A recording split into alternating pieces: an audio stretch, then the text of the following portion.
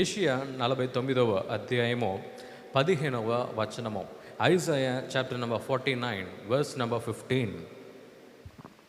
స్త్రీ తన గర్భమున పుట్టిన బిడ్డను కరుణింపకుండా తన చంటి పిల్లను మరచునా?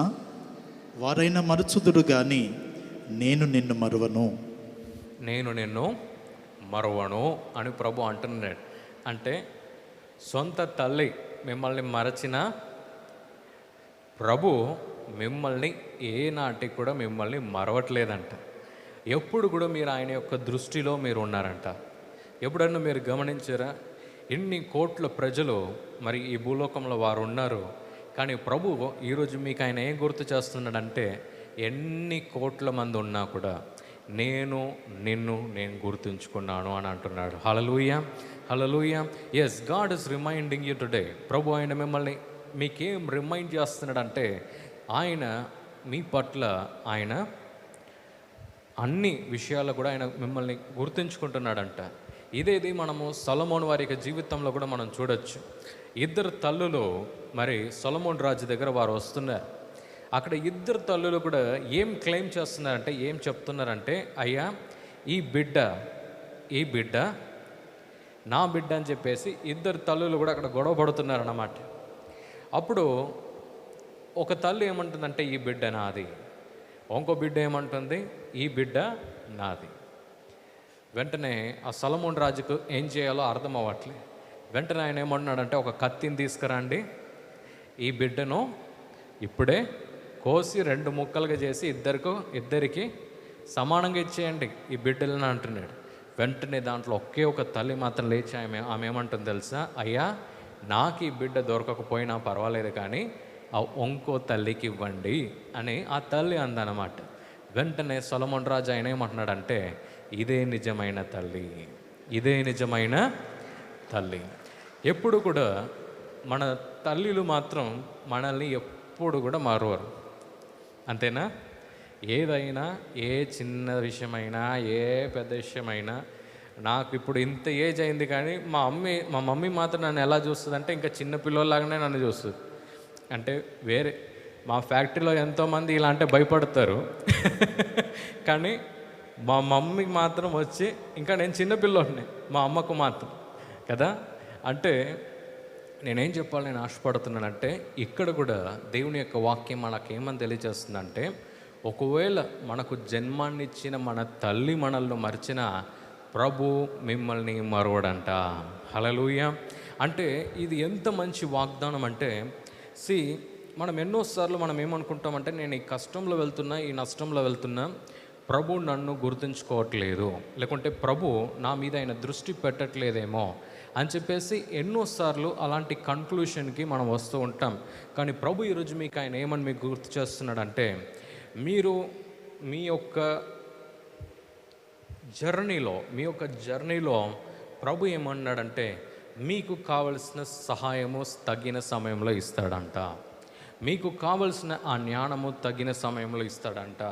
మీకు కావలసిన కనెక్షన్స్ కరెక్ట్ టైంలో ఆయన మీకు ఇస్తాడంట.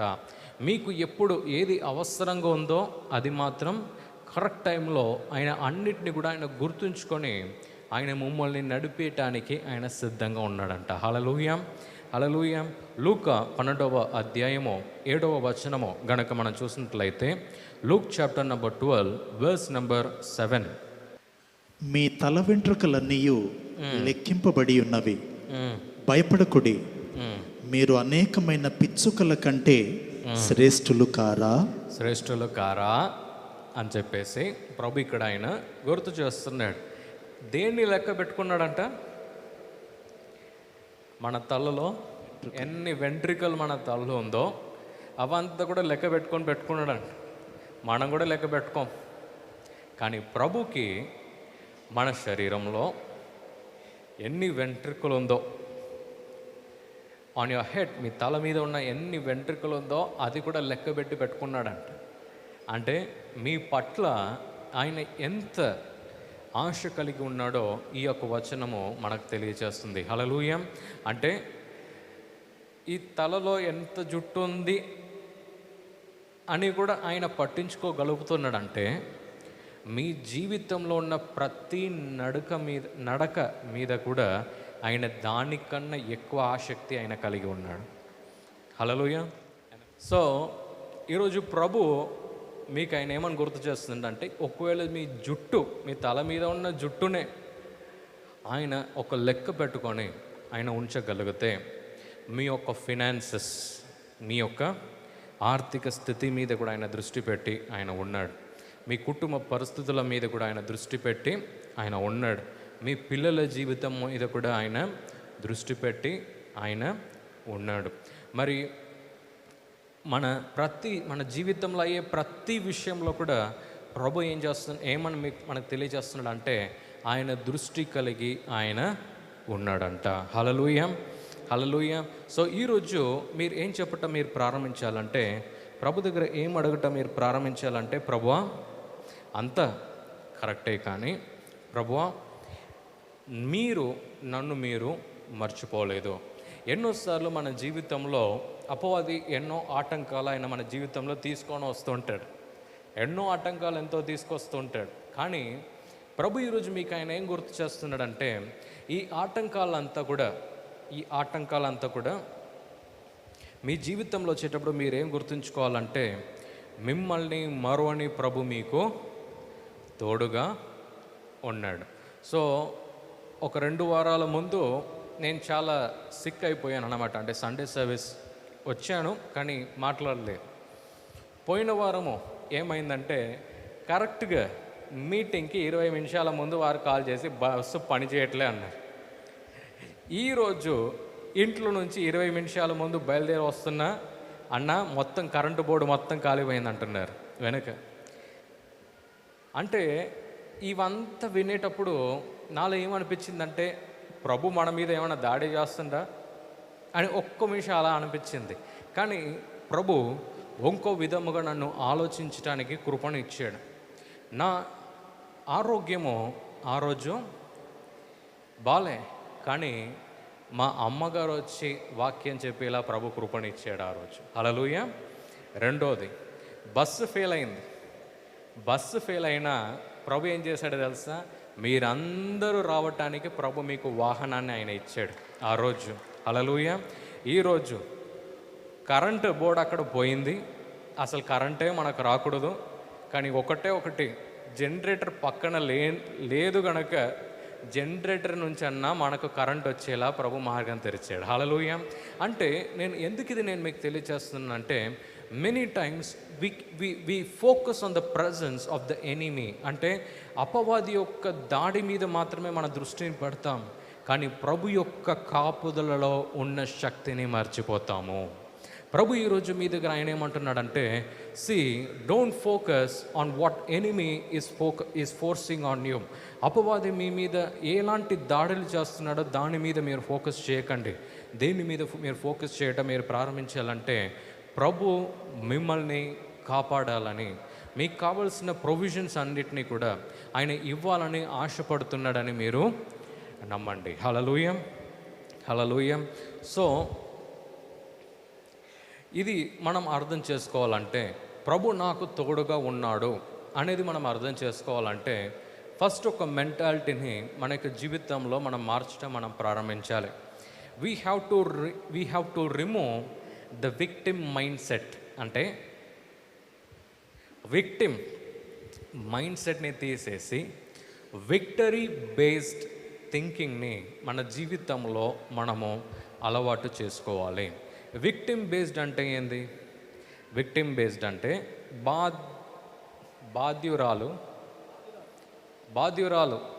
యొక్క మెంటాలిటీ మనం తీసేయాలి. దేన్ని పెట్టాలి? జయము కలిగే ఒక జీవితానికి మనం అలవాటు అవ్వాలి. హల్లెలూయా. ఇంకా చూడండి, బైబిల్ గ్రంథంలో అందరి కూడా వారి యొక్క శ్రమలు వారికి వచ్చింది. ఆ కాలంలో ఉన్న నోవా నుండి ఈ అబ్రహాం అవ్వచ్చు, మరి ఇంకా పెద్ద పెద్ద నాయకులు మన బైబిల్ గ్రంథంలో మనం చూడగలుగుతాం. వారికి జీవితంలో అన్నిట్లో కూడా మనం ఒకటి చూడగలుగుతాం, ప్రభు మనల్ని మర్చిపోయాడేమో అనే ఒక సందర్భము వారి అందరి యొక్క జీవితంలో కూడా వచ్చింది. నోవాను ప్రభు చూసి ఆయన ఏమంటున్నాడంటే, ఆ ఓడనెళ్ళి కట్టు అని అంటున్నాడు. వెంటనే నోవా మాత్రం ఆయన ఏం చేస్తున్నాడంటే ఓడను కడుతూనే ఉన్నాడు. నోవాను చూసి చాలామంది ఎగతాళి చేశారు. ఏం ఎగతాళి చేశారంటే, అయ్యా నువ్వు వర్షం రాబోతుంది నువ్వు అదే అంటున్నావు, కానీ పిచ్చోడ్లాగా ఎంత పెద్ద ఓడను నువ్వు కట్టావేంది అని చెప్పేసి అక్కడున్న వాళ్ళందరూ కూడా ఎగతాళి చేశారు. ఈనాటి వరకు కూడా అదే మెషర్మెంట్స్లో ఒక ఓడను మరి విదేశంలో వారు కట్టారు. ఆ వీడియోని కనుక మీరు యూట్యూబ్లో కనుక మీరు చూడగలిగితే మామూలు సైజు కాదు, మన హాల్ కన్నా పెద్దగా ఉంటుంది ఆ ఓడ. అంటే ఈ హాల్ అన్ని కలిపితే అంత పెద్దగా ఉంటుంది అన్నమాట ఓడ. సో అంత పెద్ద ఓడను నోవా కట్టాడు. ఆయన కడుతూనే ఉన్నాడు. కానీ ఆయన ఒక్కటి మాత్రం ఆయన ఏం గుర్తుంచుకున్నాడంటే, ప్రభు నాతో మాట్లాడాడు, నన్ను మర్చిపోడు, నా కుటుంబాన్ని ఆయన మర్చిపోడు, నా పట్ల ఆయన దృష్టి ఆయన కలిగి ఉన్నాడు అని చెప్పేసి నోవా ఆ రోజు అర్థం చేసుకోవటం మాత్రమే కాదు, ఆయన ఒక్క నీతిమంతుడు గనక ప్రభు ఏం చేశాడంటే నోవా వారి యొక్క కుటుంబంలో ఉన్న వారందరినీ కూడా ప్రభు ఏం చేశాడంటే ఆ రోజు కాపాడాడు. హల్లెలూయా. అంటే we think God has forgotten in our mission. అంటే God has forgotten us in our mission. అంటే మన మిషన్లో ఈ భూలోకంలో ప్రభు మనల్ని దేని కొరకు ఆయన సృష్టించాడో దాన్ని మనము కొన్నిసార్లు మనం ఆ జర్నీలో మనం వెళ్తున్నప్పుడు ప్రభు మర్చిపోయాడేమో అని అనుకుంటాం. కానీ మనం ఏం గుర్తు చేసుకోవాలంటే, ప్రభు నా పట్ల గొప్ప ఉద్దేశం కలిగి ఉన్నాడు. హల్లెలూయా. నా పట్ల ప్రభు గొప్ప ఉద్దేశము ఆయన కలిగి ఉన్నాడు. సో ఇది గనుక మనము గుర్తుంచుకోగలిగితే, if you can remember this in our life, మన జీవితంలో గనుక మనం దీన్ని మనము గుర్తుంచుకోగలిగితే, God can do wonderful things in our life. Program మీకు ఆశీర్వాదకరంగా ఉన్నదని మేము నమ్ముతున్నాం. ఫస్ట్ లైక్ చేయండి, తెలిసిన వారు మీ ఫ్రెండ్స్ అందరికీ మీరు షేర్ చేయండి, తర్వాత సబ్స్క్రైబ్ చేయండి. తప్పగా ప్రభు మిమ్మల్ని దీవిస్తాడు. ఇక రాబో వీడియోను కూడా మీరు చూడండి, దీవించబడండి. ప్రభు మిమ్మల్ని దీవించును గాక. God bless you.